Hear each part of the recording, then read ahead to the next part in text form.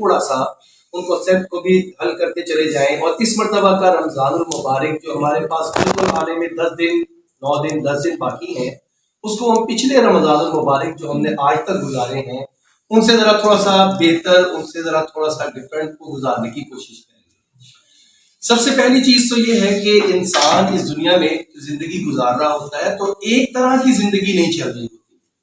کبھی انسان جو ہے وہ خوشی کے حالت میں ہوتا ہے، کبھی انسان اداس ہوتا ہے، کبھی انسان کو گھر میں کوئی ایسا غم آتا ہے، بچوں کی طرف سے بیماری، خود بیمار، گھر کا کوئی اور ایسا پرسن بیمار کہ جس کی وجہ سے گھر کی روٹین ڈسٹرب ہوئی ہوئی ہوتی ہے. تو ہر وقت میں ایک جیسا ماحول نہیں چل رہا ہوتا، ایک جیسی روٹین نہیں چل رہی ہوتی، بلکہ اس میں کمی بیشی آتی رہتی ہے. یہ بڑی بنیادی چیز ہے. اس چیز کو سمجھنے کے بعد ہمیں یہ سمجھنا ضروری ہے کہ یہی معاملات ہمارے نیکی کے اعتبار سے بھی ہوتے ہیں. بعض اوقات تو ہمارا نیک اعمال کرنے کو بہت زیادہ دل بھی کر رہا ہوتا ہے، ہماری نماز میں بڑی نیت بھی ہوتی ہے، ہمارا بہت زیادہ دھیان بھی نماز میں لگ رہا ہوتا ہے، قرآن پاک کی تلاوت کرنے کا وقت بھی مل رہا ہوتا ہے، انسان کا دل بھی کر رہا ہوتا ہے کہ انسان قرآن پاک کی تلاوت کرے. لیکن کبھی کبھی ایسے ہوتا ہے کہ ایسے بزی ہو جاتے ہیں ہمارے دن اور رات، کچھ ایسے حالات آتے ہیں کہ پھر نماز بھی ادا تو کر رہے ہوتے ہیں کہ ظاہر فرض ہے، اس کو چھوڑنا نہیں، لیکن جو نماز کی یکسوئی ہے وہ حاصل نہیں ہو رہی ہوتی. قرآن مجید پڑھنے کا وقت نہیں نکل رہا ہوتا. احساس ہوتا ہے بار بار کہ ہمارے سے کوئی چیز چھوٹ رہی ہے، لیکن اس کے باوجود بھی موقع ہی نہیں مل رہا ہوتا اور وقت نہیں مل رہا ہوتا، ہم نکال نہیں پا رہے ہوتے کہ ہم قرآن مجید کی تلاوت کر سکیں. اور اگر قرآن پاک کی تلاوت کے لیے قرآن کھول بھی لیتے ہیں تو دل دماغ سوچ کہیں اور ہمارے جو حروف ہیں وہ ہم پڑھتے چلے جا رہے ہوتے ہیں. یہ میں نے ایک عام زندگی کا ایک اصول بتایا ہے. اللہ رب العزت کیونکہ انہوں نے جو دین عطا فرمایا ہے یہ ہماری عین فطرت کے مطابق ہے. ہماری زندگی میں جو حالات آتے ہیں ان حالات کو مد نظر رکھتے ہوئے، سامنے رکھتے ہوئے اللہ رب العزت نے ہمیں زندگی گزارنے کا طریقہ دیا جس کا نام دین ہے. دین ہماری فطرت سے ہٹ کے کسی چیز کا نام نہیں ہے، بلکہ جو ہماری ساتھ مختلف حالات بیتتے ہیں انہی حالات کو سامنے رکھتے ہوئے گویا کہ اس کو بیلنس کرنے کے لیے کہ بھائی خوشی کے موقع پر اتنے خوش نہ ہو جانا یا اتنا آگے نہ بڑھ جانا کہ تم لوگ خوشی میں اللہ رب العزت سے ہی غافل ہو جاؤ، اور کہیں ایسا نہ ہو کہ پیسے کی فراوانی یا فراخی کی وجہ سے تم میں تکبر اور عجبی پیدا ہو جائے، تمہیں اپنے ارد گرد کے لوگ جو ہیں وہ چھوٹے نظر آنا شروع ہو جائیں، تم ان کو حقارت کی نگاہ سے نہ دیکھنا شروع کر دو. تو اس چیز کو بھی بیلنس کرتا ہے، اور اس چیز کو بھی بیلنس کرتا ہے کہ یہ نہ ہو کہ کہیں تمہارے اپنے حالات کسی وجہ سے ڈاؤن ہوئے ہیں تو تم بالکل ہی مایوسی کے اندر نہ چلے جاؤ کہ اب تو زندگی ختم ہو گئی، اب تو سب کچھ ختم ہے، جو ہمارے پاس آسائشیں تھیں، سہولیات تھیں، اپنا گھر تھا اور جو کاروبار تھا، یہ تھا وہ تھا، وہ تو ختم ہو گیا، بس اب تو سب کچھ ختم، اب زندگی کے جینے کی کوئی وجہ نہیں ہے. دین اس چیز سے بھی منع کرتا ہے، یعنی اعتدال کے اوپر لے کر آتا ہے کہ زندگی چلتے وقت بہت سارے حالات اپس اینڈ ڈاؤن آتے رہتے ہیں، ان سے آپ نے ایسا متاثر نہیں ہونا کہ اپنی لائف کو ہی تم ختم کر دو. بالکل اسی طریقے سے ایک معاملہ یہ ہوتا ہے کہ ہمارے دین کے معاملات میں بھی یہ چیز چل رہی ہوتی ہے.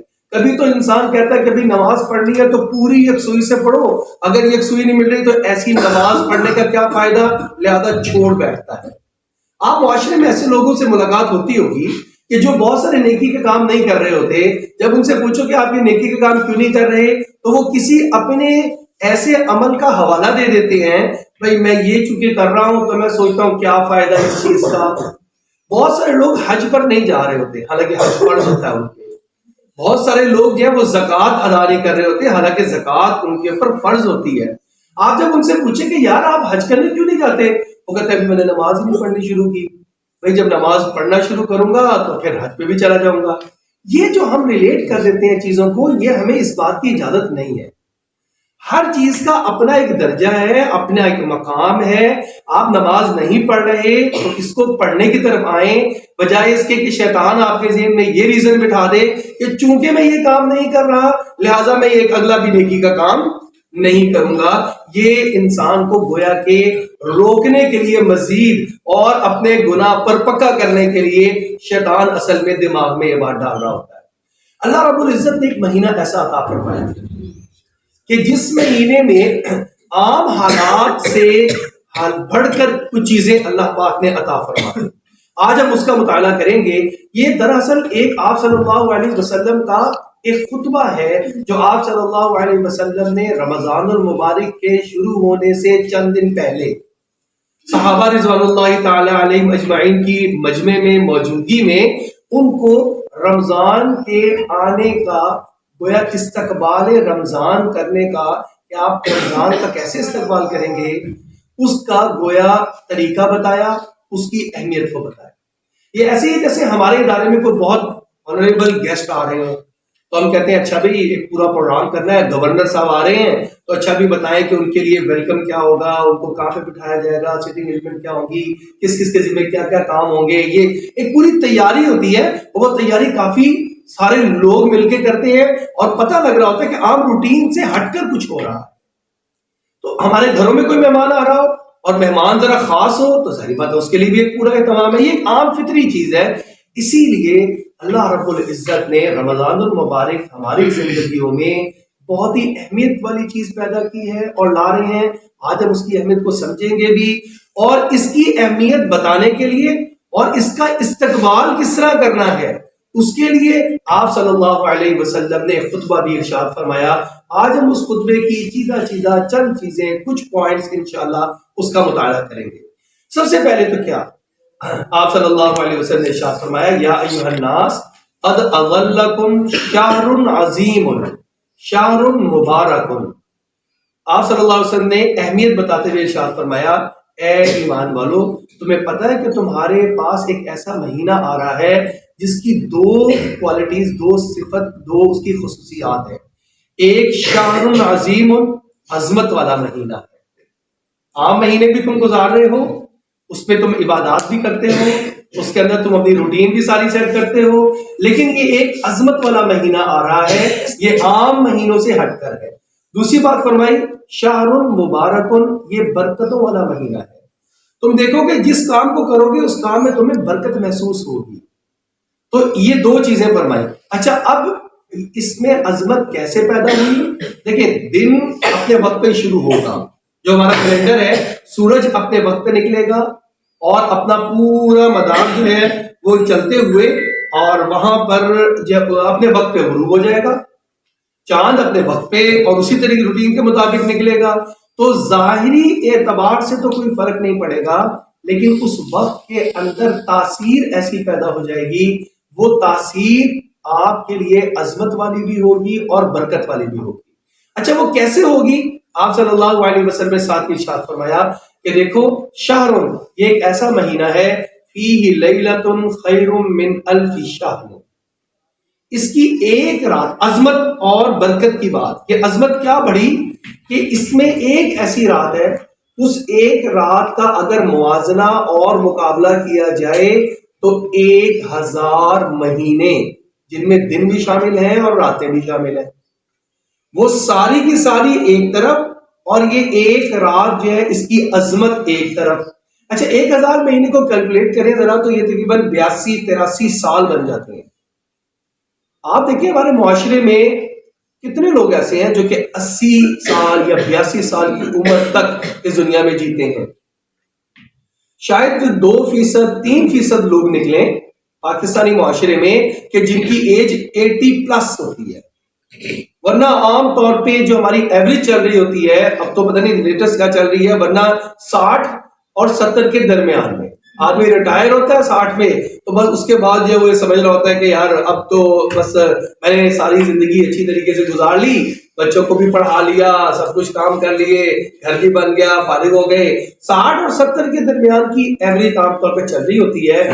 70 کو کراس کر کے 80 تک پہنچنا, 80 کو بھی کراس کرنا, یہ بہت کم گھروں میں ہمیں دیکھنے کو ملتا ہے کہ اللہ ان گھروں پہ رحمت فرماتے ہیں جہاں پر ایسے بزرگ موجود ہوتے ہیں کہ جو 80+ بھی ہوتے ہیں. تو میں یہ کہنا چاہ رہا ہوں کہ ایک رات کی عبادت 80 یا 82 برس کی عبادت کے برابر انسان کو اللہ کا قرب دلوا جائے، اس کے نام اعمال میں اتنی نیکیاں، اتنے سالوں کی عبادت وہ درج ہو جائے. اگر یہ کوئی چاہتا ہے تو یہ جو رمضان آ رہا ہے اس کے اندر پکی اور پختہ بات ہے، ڈیفینیٹ بات ہے کہ ایک رات اس میں ایسی ضرور موجود ہے. وہ رات آخری عشرے میں موجود ہے، یہ بھی کنفرم ہے. اور وہ رات 8 راتوں میں موجود ہے، یہ بھی کنفرم ہے. یعنی پورے مہینے میں سے بھی پھر 5 راتیں ایسی نکلتی ہیں، 21ویں، 23ویں، 25ویں، 27ویں اور 29ویں، کہ ان میں سے ہی ایک رات ہے. اور یہ تو حدیث مبارکہ ہے. آپ سورۃ القدر پڑھیں قرآن مجید میں 30ویں پارے میں، تو وہاں پر بھی فرما دیا گیا انا انزلناہ فی لیلۃ القدر وما ادراک ما لیلۃ القدر لیلۃ القدر خیر من الف شہر. 1000 مہینوں سے بہتر. اچھا مفسرین فرماتے ہیں یہاں یہ نہیں کہا گیا کہ اس کے برابر ہے، فرمایا خیر بہتر ہے، یعنی اس سے زیادہ ہے. اب وہ زیادہ کی بھی کتنی زیادہ ہے یہ بھی اللہ رب العزت کو پتا ہے. تو اس لیے یہ ایک اہمیت والی چیز تھی، لہٰذا بتا دیا گیا کہ آپ اس جو مہینہ آ رہا ہے اس کو عام نہ سمجھنا، یہ عظمت والا بھی ہے اور برکت والا بھی ہے. دوسری چیز روزے کی فرضیت کے بارے میں، جعل اللہ صیامہ فریضہ وقیام اللیل تطوعا. اللہ رب العزت نے اس کے دن کے روزے کو فرض قرار دے دیا ہے، اور رات کی تراویح جس کو ہم کہتے ہیں اس کو اللہ نے تطوع فرض نہیں قرار دیا، لیکن اللہ رب العزت نے اس کو نفل رکھا. نفل میں وہ پھر سنت موقدہ میں کہ آپ صلی اللہ علیہ وسلم کی زندگی مبارک سے، صحابہ کی پوری زندگی اور آج تک جو چلی آ رہی ہے اس میں تواتر کے ساتھ الحمدللہ قرآن مجید تراویحوں کی شکل میں ہر رمضان المبارک کو ہر مسجد، بلکہ اب تو حفاظ کی تعداد اتنی زیادہ ہو چکی ہے کہ گھروں میں بھی الحمدللہ یہ رونق لگی ہوتی ہے. اور اس مرتبہ ایک بورڈ جو ہے وفاق المدارس العربیہ پاکستان جو حفظ کا امتحان لیتا ہے، جیسے ہمارا میٹرک کا بورڈ ہے، اسی طریقے سے یونیورسٹی جو ہے وہ آگے اوپر کے ایگزام لیتی ہے، تو جو حفظ کا بورڈ ہے جو امتحان لیتا ہے، اس مرتبہ 1,06,000 بچوں نے اس کے ذریعے سے حفظ کا امتحان دیا. ماشاءاللہ سبحان اللہ. 1,06,000 حافظ اس مرتبہ اس بورڈ سے امتحان دے کے پاس ہوئے. یہ 1 سال کا فگر ہے. یہ پچھلے سال اس سے 2-4 ہزار کم تھا، اس سال 2-4 ہزار زیادہ ہے. تو 1 لاکھ پچھلے دفعہ بھی تھا. تو اتنی ساری تو نہ تو مسجدیں ہیں نہ اتنی ساری جگہیں ہیں، تو اب یہ ترتیب بنائی جاتی ہے ہر گھر میں یہ ماحول قائم ہو کہ وہاں پہ قرآن پاک پڑھنے پڑھانے کا سلسلہ، تاکہ قرآن ہماری زندگیوں کے اندر بھی آئے. چنانچہ فرمایا کہ رات کی تراویح. اچھا اب وہ مسئلہ یہ ہو گیا کہ ہمارا چونکہ میڈیا، سوشل میڈیا، دوسرے میڈیا، اس طرح کی چیزیں، ہمارے مختلف اس طرح کی ایکٹیویٹیز ہوتی ہیں کہ ہماری تراویحیں متاثر ہو جاتی ہیں. یہ آج ہم خطبہ اس لیے ذکر کر رہے ہیں کہ یہ عظمت والے مہینے کی روٹین ہم ذرا الگ ہٹ کے بنائیں گے. اس دفعہ وہ روٹین نہیں رکھیں گے جو ہماری عام روٹین چل رہی ہے. ہو سکتا ہے اس میں شام کے ٹائم میں بہت سارے ایسے ٹاک شوز ہوں کہ جو ہمارے بڑے پسندیدہ ہوں. ہمیں سیاست سے دلچسپی ہے، ہمیں پتہ ہونا چاہیے آج کے دن کی لیٹسٹ خبریں کیا ہیں. کوئی اس طرح کے سیریل ڈرامہ سیریل چل رہے ہوں جن کی قصے بہت اہم ہیں اور وہ چل رہے ہیں، لیکن رمضان المبارک آ گیا اور وہی وقت ہے ہماری تراویح کا، وہی وقت ہے اس کا. تو ہم آج پہلے سے ہی اس بات کا تہیہ کر لیں، ہمارا شیڈول اس کے اندر جو تراویح کا وقت ہوگا اس وقت میں اس سے 15 منٹ پہلے اور تراویح مکمل ہونے کے 15 منٹ بعد تک ہمارے گھر کے اندر ٹی وی اور انٹرنیٹ ویسے ہی ہم آف ہی کر دیں، تاکہ یہ چیز جو ہے آئے نہ. اچھا بچوں کو بھی آپ نے ساتھ لگانا ہے اور بچیوں کو بھی آپ نے ساتھ لگانا ہے، تو بچوں نے تربیت لینی ہے. اگر آپ یہ سمجھیں کہ نہیں چلو میں اپنی ذات تک کر لوں اور بچوں کو چھوڑ دیں، تو یہ بچے جو ہیں یہ آپ سے سیکھتے ہیں. جیسے آپ سب نے، ہم سب نے اپنے بڑوں کو دیکھ کے سیکھا. آپ سارے جو ہے وہ ٹیچنگ سے وابستہ ہیں، پروفیشن سے. آپ سب کو پتا ہے کہ بچہ جو ہے وہ کانوں سے نہیں سنتا بلکہ آنکھوں سے سنتا ہے. بچہ جو ہے وہ آنکھوں سے جو دیکھ رہا ہے نا وہ سب سے زیادہ اس کو وہ سن رہا ہے آنکھوں سے، وہ کانوں سے نہیں سن رہا. کانوں سے آپ کہتے تھے یہ مت کرو، یہ مت کرو، ایسے مت کرو، کبھی بھی نہیں سنتا آپ کی بات. آپ دیکھ لیں وہ آگے سے آرگومنٹ کرتا ہے، آگے سے آپ کی بات. لیکن جو آپ کو کرتے دیکھتا ہے، آپ نے دیکھا ہوگا گھر کے اندر خواتین جب مصلی بچھا کے نماز پڑھتی تھیں تو چھوٹے بچے آ کے ساتھ وہی ایکشن کر رہے ہوتے ہیں، اسی طرح سجدہ، اسی طرح جس طرح ماں کو دیکھ رہے ہیں، جس طرح باپ کو دیکھ رہے ہیں. تو یہ سیکھنے سکھانے کا عمل اس رمضان المبارک میں ہم اپنے گھر میں پیدا کر لیں. ورنہ جس فکر پہ ہم چلی جا رہے ہیں اور بھاگی جا رہے ہیں، دوڑی جا رہے ہیں، اس کے لیے اگلے 11 ماہ بھی ہیں، اس میں ہم اپنے وہ ساری دوڑ بھی پوری کر لیں گے. اس ایک مہینے میں پیچھے نہیں رہ جائیں گے انشاءاللہ، کوئی فرق نہیں پڑے گا. اگر ہم یہ سمجھتے ہیں کہ ہم پیچھے رہ جائیں گے تو کوئی فکر نہ کریں، انشاءاللہ وہیں پہ ہی رہیں گے. ایک مہینے میں اگر یہ چیزیں ہم تھوڑا سا سیٹ کر لیں گے، ہاں ہم خود اپنی ذات کے اعتبار سے دیکھیے گا، روحانی اعتبار سے جو اطمینان اور سکون کا لیول ہے آپ کے گھر کا، پوری طرح کا ماحول آپ اس کے اندر دیکھیے گا کتنی بہتری یہ رمضان لے آئے گا. کرنے کے لیے آ رہا ہے رمضان المبارک. اب آپ دیکھیں اگلی بات، عظمت کیسے بڑھ رہی ہے. بات شروع میں آپ صلی اللہ علیہ وسلم نے فرمائی یہ عظمت والا مہینہ ہے، اس کے وقت میں تاثیر ہے کہ عظمت آ جائے گی. اس کے وقت میں تاثیر کیا ہے کہ یہ اس میں برکت ہے.